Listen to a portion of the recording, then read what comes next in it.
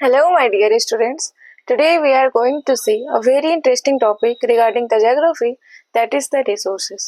आज हम लोग रिसोर्सेज यानी संसाधन को समझेंगे और जानेंगे कि उसके किस किस प्रकार के टाइप्स होते हैं एंड उसके यूजेस क्या है एंड उसके रियल लाइफ एग्जांपल में क्या क्या ऐसा एग्जांपल बेस्ड हो सकता है जो कि हमारे रिसोर्सेज के कंसेप्ट को इनरीच और बिल्ड कर सकते हैं। एक एक करके हम सारे टाइप्स को देखेंगे।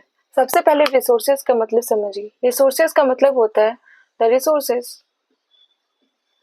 मतलब हुआ उसका एक ऐसी चीज जो कि हमारे डेवलपमेंट, ओवरऑल डेवलपमेंट, ह्यूमन के डेवलपमेंट एंड कंट्री के डेवलपमेंट में एक मेजर रोल प्ले करती है। एक कैपिटल की तरह यानी कि एक पूंजी की तरह वो रोल प्ले करती है। Resources which act as capital.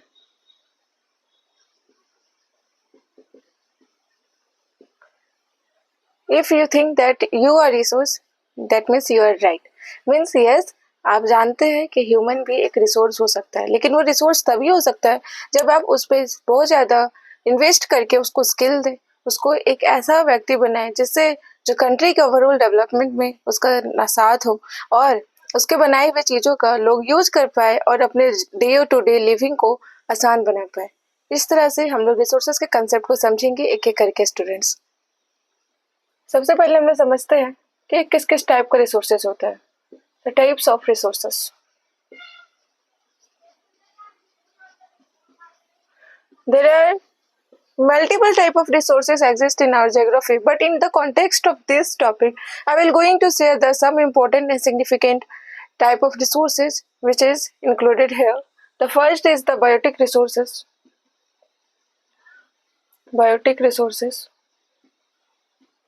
The second is the abiotic resources.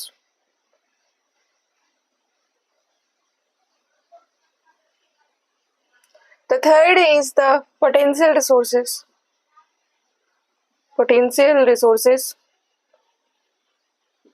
The fourth is the actual resources.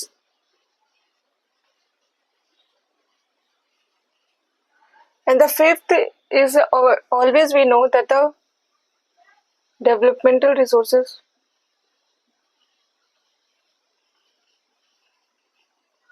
The sixth is the community resources. Actually what I am writing here, देखिए multiple type of resources exist करते हैं हमारे geography में, but हम लोग अभी significant topic को ही देखने जा रहे हैं। ऐसा तो अगर मैं पढ़ाना चाहूँ तो मैं मल्टीपल टाइप ऑफ रिसोर्सेज के बारे में बता सकती हूँ, बट जो हमारे डे टू डे लाइफ के लिए सिग्निफिकेंट है और आपके एग्जाम के पर्सपेक्टिव से जो इम्पोर्टेंट है स्टूडेंट्स, मैं उन्हीं को ज़्यादा हाईलाइट करना चाहूँगी, इसलिए इसके बारे में मैं आपको साझा कर रही हूँ। Community resources. Seventh is the countries sources.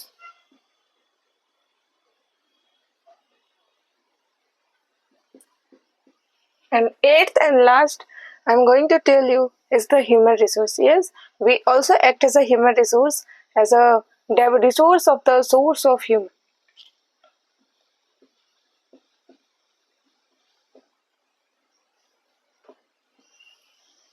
This 8 type of resources is going to enrich in your broad aspect of the topic called resource, and it will going to help you the geography aspect of your subject. अगर आप चाहे then you make note of it.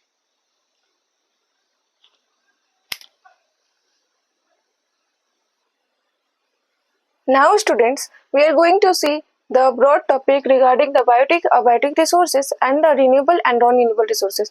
आज हम लोग ये लोग चारों topic को एक ब्रॉड एस्पेक्ट्स के थ्रू कवर करने जा रहे हैं। सबसे पहले बायोटिक रिसोर्सेज के बारे में समझिए। बायोटिक रिसोर्सेज जिसे हम लोग हिंदी में जैविक संसाधन भी कहते हैं। जैविक संसाधन।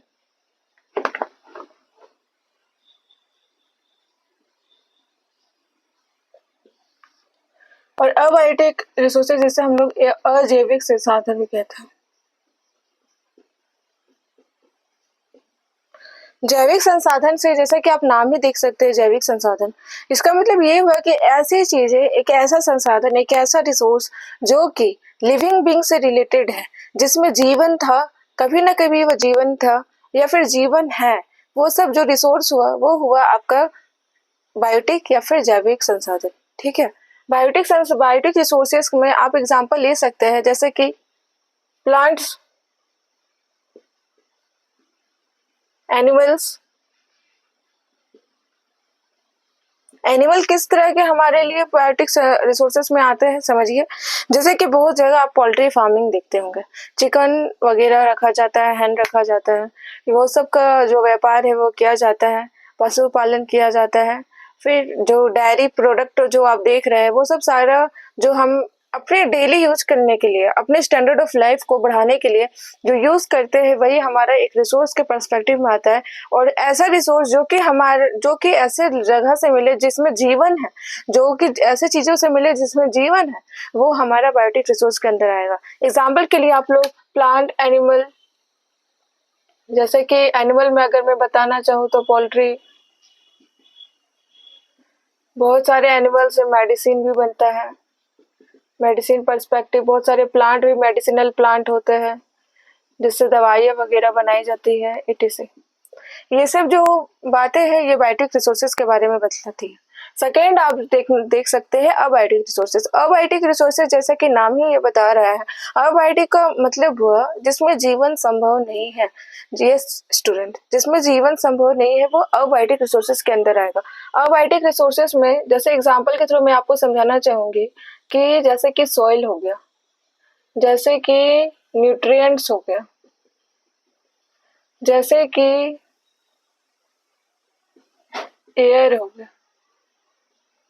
जैसे सैंड हो गया, मार्बल, ये सब जो भी रिसोर्स जो कि हम अपने डे टू डे लाइफ में यूज करते हैं अपने स्टैंडर्ड ऑफ लिविंग को बढ़ाने के लिए, जिससे वैल्यू एडिशन हो जाता है कोई भी चीज में, तो उस टाइप के रिसोर्सेज को हम लोग अबायोटिक रिसोर्सेज या फिर अजैविक संसाधन कहते हैं। अजैविक संसाधन, I hope you have to clear about the topic, because अजैविक और जैविक में बस इतना ही अंतर है कि एक जो है वो जीव से बना हुआ है, एक निर्जीव से बना हुआ है। स्टूडेंट, ये दोनों में मुझे आशा है कि आपको टॉपिक क्लियर हो चुका होगा। नेक्स्ट हम लोग देखने जा रहे हैं रिन्यूएबल रिसोर्सेज।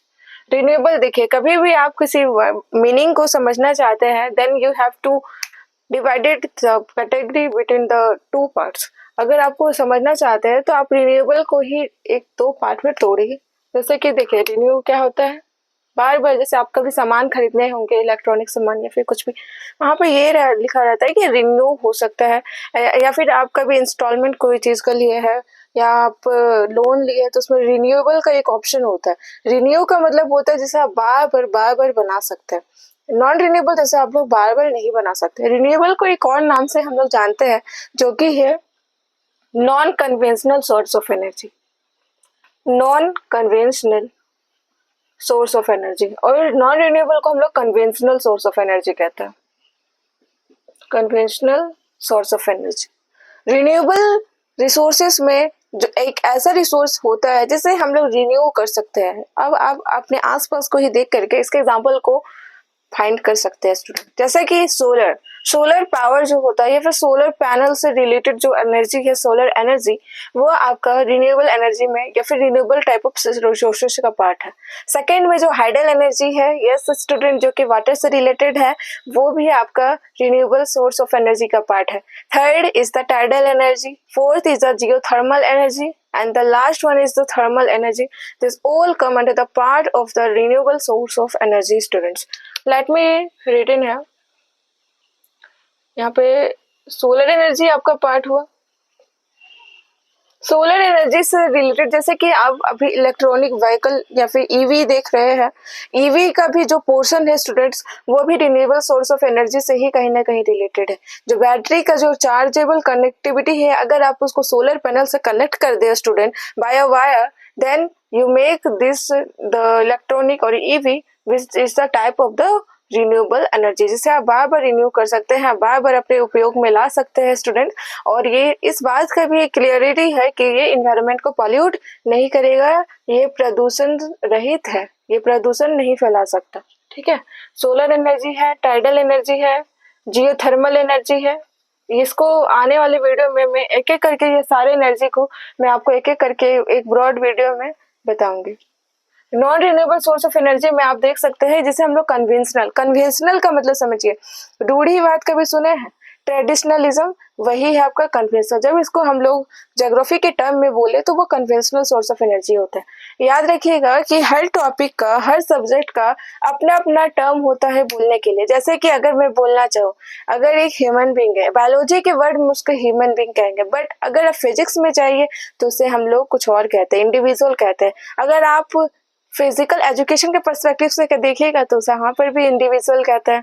अगर आप, जैसे कि मैं बस ये बताना चाहती हूँ कि अगर आप इंग्लिश के पर्सपेक्टिव से देखेंगे तो उसको सब्जेक्ट कहेंगे, मतलब कि एक ही व्यक्ति है बट उसका डिफरेंट डिफरेंट नाम है। उसी प्रकार से यहाँ पे कन्वेंशनल, नॉन रिन्यूएबल या फिर ट्रेडिशनल कुछ भी हो बट उसका मीनिंग वन होगा। ठीक है, ये it is like a synonym of the word, synonym जैसा है ये। ठीक है, रिन्यूएबल है, इसमें नॉन रिन्यूएबल में आपका आ जाएगा जो कि रिन्यू नहीं हो सकता, जो कि कन्वेंशनल शुरू से चला आ रहा है, जैसे कि कोल हो गया, कोयला हो गया, जैसे कि वुड हो गया, लकड़ी हो गया, जैसे कि फ्यूल हो गया, आपका पेट्रोलियम हो गया। ये सब सारा जो है non renewable source of energy है, जिसे आप लोग रिन्यू नहीं कर सकते, जिसे आप दोबारा बना नहीं सकते। यस, वो बनेगा बट उसके बनने के जो प्रोसेस है, वो जो टाइम पीरियड है स्टूडेंट, वो बहुत ही ज्यादा एक्सटेंड हो जाएगा, जिस कारण से हम उसका उपयोग कर ही नहीं पाएंगे। इस कारण से हम लोग उसको non renewable category of the resources we put है। Okay, the next is coal, then petroleum,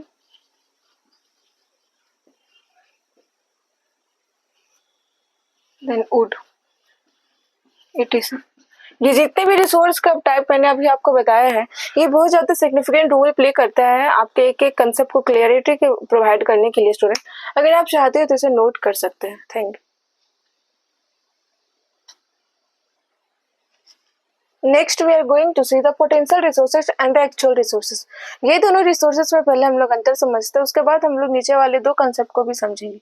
potential resources का मतलब होता है कि जैसे कि आप समझिए, जैसे कि आप कभी सुने होंगे कि तुम्हारे अंदर बहुत पोटेंशियल है, तुम्हारे अंदर पोटेंशियल बहुत है, भले वो आपको पता ना हो बट आपके अंदर पोटेंशियल वो बहुत है।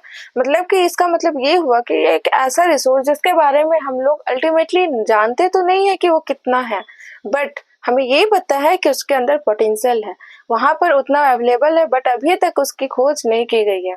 जैसे कि हमारा रिसेंटली, अगर मैं एग्जांपल लेना चाहूँ तो लद्दाख में जो यूरेनियम का डिपॉजिट बताया गया है, और आपका जो लिथियम का डिपॉजिट बताया गया, गोदावरी और कृष्णा कावेरी रीजन पे जो ऑयल और पेट्रोलियम गैस के रिजर्व्स के बारे में बताया गया, ये सब सारा एग्जाम्पल जो होता है वो हमारे पोटेंशियल रिसोर्स के अंदर आएगा। लद्दाख में रिसेंटली लिथियम रिजर्व्स के बारे में भी बताया गया student.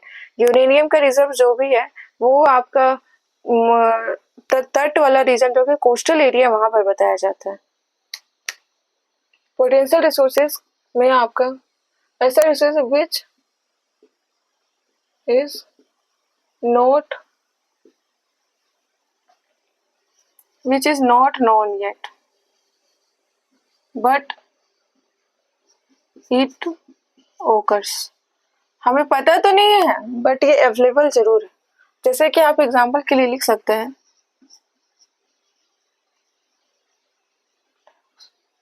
Ladakh huge lithium reserves. Actual resources जो है, एक्चुअल रिसोर्सेस में आपका एक ऐसा रिसोर्स आता है जिसके बारे में हमें नोन तो है, हमें पता है, बट हम लोग अभी इसका यूज भी कर रहे हैं, बट इसमें एक ऐसा रिसोर्स शामिल है जो कि हर जगह प्रेजेंट तो नहीं है, एक पर्टिकुलर जगह पर है, बट उसे एक्सटेंड अभी यूज प्रेजेंट में ले लिया जा रहा है।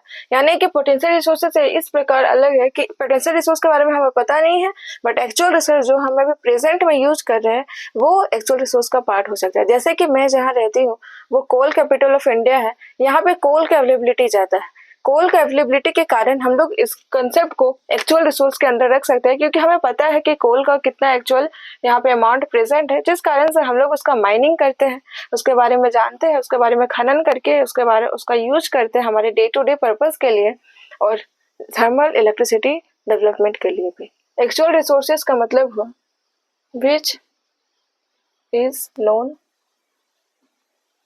And presently used.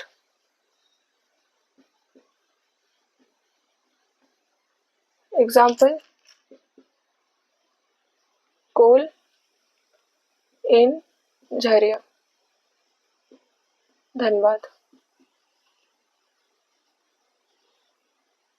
Next, we are going to see the ubiquitous resources and the localized resources.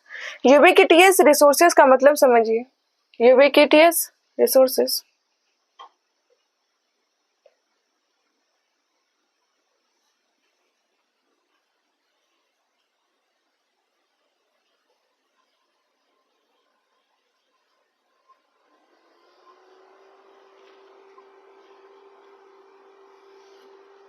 यूबिक्विटियस resources का मतलब होता है स्टूडेंट एक ऐसा रिसोर्स जो कि हर जगह अवेलेबल है. यस, ये हर जगह अवेलेबल है और इसका क्वांटिटी कभी भी आप लोग उतने रूप में मेजर नहीं कर सकते. इसके उतने मेजर नहीं हो सकता. यूबिक्विटियस रिसोर्सेज के अंदर आता है जैसे कि वाटर, जैसे कि एयर जो कि हम लोग ब्रीथ कर रहे हैं, ये यूबिक्विटियस रिसोर्सेज का पार्ट है. मतलब कि ये हर जगह अवेलेबल है. The availability of this resources is everywhere. Everywhere इसकी अवेलेबिलिटी है, लेकिन कुछ कंडीशन, कुछ एक्सेप्शन, अपवाद जो है वो प्रेजेंट है इसमें. बट अगर हम नॉर्मल के लिए कहा जाए, जैसे कि अब अगर आप बोलिएगा कि स्पेस में तो हवा है ही नहीं, तो वहां पे यूबिक्विटियस रिसोर्सेज कैसे हुआ? Yes, that's why I am saying about the exemption. Exemption है, but in normal way ubiquitous resources means those resources which are present everywhere, like your air. Air जो है, वाटर, ये दोनों जो एग्जाम्पल है एयर एंड वाटर, ये दोनों यूबिक्विटियस resources का ही पार्ट है स्टूडेंट. इसमें आप लोग आ जाएगा, इसमें it presents everywhere. Next is the localized resources. Localized resources जैसे कि आप फिर से इसके नाम को देख सकते हैं. ये लोकल जो वर्ड है स्टूडेंट, ये लोकल जो वर्ड ये दर्शाता है कि कोई भी चीज लोकल होगा. जैसे कि मैंने अभी आपको बताया कि ये जो कोल इन झरिया एंड धनबाद है, ये दोनों लोकल है. ये हर जगह तो प्रेजेंट नहीं है. जैसे कि अगर माइका का एग्जांपल लूं in Jharkhand, then Koderma is one of the example जहाँ पे माइका का प्रोडक्शन हाई अमाउंट पे होता है. वो जो है वो और जो है वो बहुत ज्यादा इंपॉर्टेंट रोल प्ले करती है. हमारे बहुत सारे यूजेस में उसको लिया जाता है. इसलिए माइका, अगर मैं एग्जांपल लूं mica in Koderma of Jharkhand,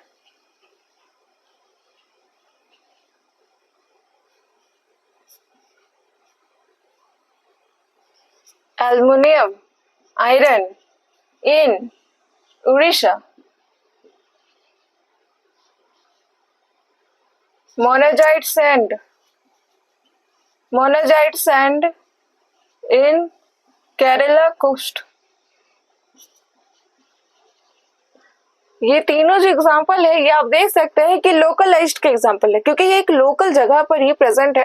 ये एवरीवेयर प्रेजेंट है. इसका जो प्रोडक्शन होता है वो नहीं हो पाता है, क्योंकि ये नेचर ने इसको ऐसा बनाया कि वो लोकलाइज्ड के रूप में ही जाना जाएगा. इसलिए आप लोग ये सारे एग्जाम्पल को देख सकते हैं. मोनाजाइट सैंड का मतलब मैं यहाँ समझाना चाहूंगी.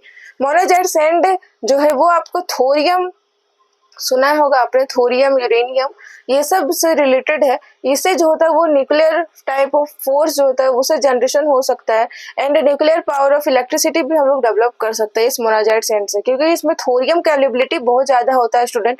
और ये थोरियम ही है जिससे हम लोग nuclear type of capability in the earth बना सकते हैं. अगर आप चाहते हैं तो उसको नोट कर सकते हैं.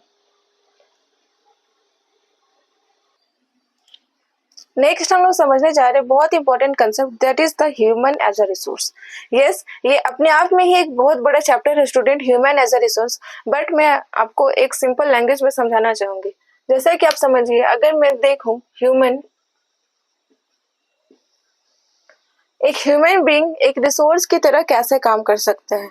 एग्जाम्पल के लिए आप देखिए कि अगर मैं एक एग्जाम्पल लूं, एक बच्चा है, वो बहुत ज्यादा इंटेलिजेंट है. उसके फादर मदर ने बहुत ज्यादा पैसा इन्वेस्ट किया ताकि वो अपने पढ़ लिख के कुछ बन सके, आगे कुछ कर सके, और उनके डेवलपमेंट के साथ साथ ओवरऑल कंट्री का भी डेवलपमेंट सुनिश्चित किया जाए, यानी किया जाए. तो उस कारण से उस बच्चे को उसके माँ पापा ने पूरा पढ़ाया लिखाया, उसको सब कुछ का सपोर्ट किया, और वो बड़ा होकर एक इंजीनियर बन गया, और उसने बहुत बहुत ज़्यादा ये रोल प्ले किया कंट्री के डेवलपमेंट के लिए और उसके सपोर्ट के लिए। दूसरी तरफ एक और बच्चा है जो कि उसके फादर मदर का सपोर्ट नहीं है उसे, और वो अपने पढ़ाई तो छोड़िए, वो अपना जो दैनिक जीवन है वो भी अच्छे से गुजार नहीं पा रहा। बट आप बताइए कि जो रिसोर्स है वो क्या सेकेंड वाला बच्चा कहलाएगा या फिर फर्स्ट वाला बच्चा कहलाएगा? ऑब्वियस सा बात है फर्स्ट वाला बच्चा स्टूडेंट, क्योंकि जो फर्स्ट वाला जो बच्चा है उसको हम लोग क्या मिला, उसको अपॉर्चुनिटी मिली, उसको स्किल मिला, उसको लर्निंग मिली, उसे एजुकेशन मिला, उसे सपोर्ट मिला। अगर ये सारी चीजों का इन्वेस्ट करके अगर एक ह्यूमन को डेवलप किया जाए, then the human will become the human resource. Human resource तभी वह कहलाएगा जब वो एक खुद को यूज करने के साथ साथ वो दूसरों के लिए भी लाभकारी हो। जैसे कि एक डॉक्टर जो है उसका जो वर्क होता है वो दूसरों की जिंदगी बचाना होता है, वो भी एक एक्ट एज अ रिसोर्सेज। एक teacher he is also act as a resources because he spread और she spreads her knowledge in all over the world. That's why जो भी ह्यूमन रिसोर्स है, आप अगर समझना चाहें तो जितना भी सर्विस सेक्टर से रिलेटेड जो लोग हैं वो सभी ह्यूमन रिसोर्स का पार्ट हो सकते हैं स्टूडेंट। यस, सर्विस सेक्टर से रिलेटेड जैसा कि डॉक्टर है, जैसा कि हमारे लीडर्स है, हमारा इंजीनियर्स है, टीचर है, ब्यूरोक्रेट्स है, ये सभी जो है वो come under the category of the human resource. Human resource scientist भी वन ऑफ द और इम्पोर्टेंट एग्जाम्पल है। साइंटिस्ट भी एक एग्जाम्पल, बहुत ज़्यादा इम्पोर्टेंट एग्जाम्पल है। ये सभी जो है वो ह्यूमन रिसोर्स का पार्ट हो सकते हैं स्टूडेंट, क्योंकि ये ओवरऑल कंट्री के डेवलपमेंट में भी अपना रोल प्ले करते हैं और एक संसाधन की तरह, एक व्यक्ति के संसाधन की तरह ये कार्य करते हैं। अपना भला होने के साथ साथ दूसरों का भी भला चाहते हैं। इस कारण से हम लोग इसके टॉपिक के बारे में पढ़े हैं और इसको समझ चुके हैं। अगर आप चाहते हैं तो उसको नोट कर सकते हैं।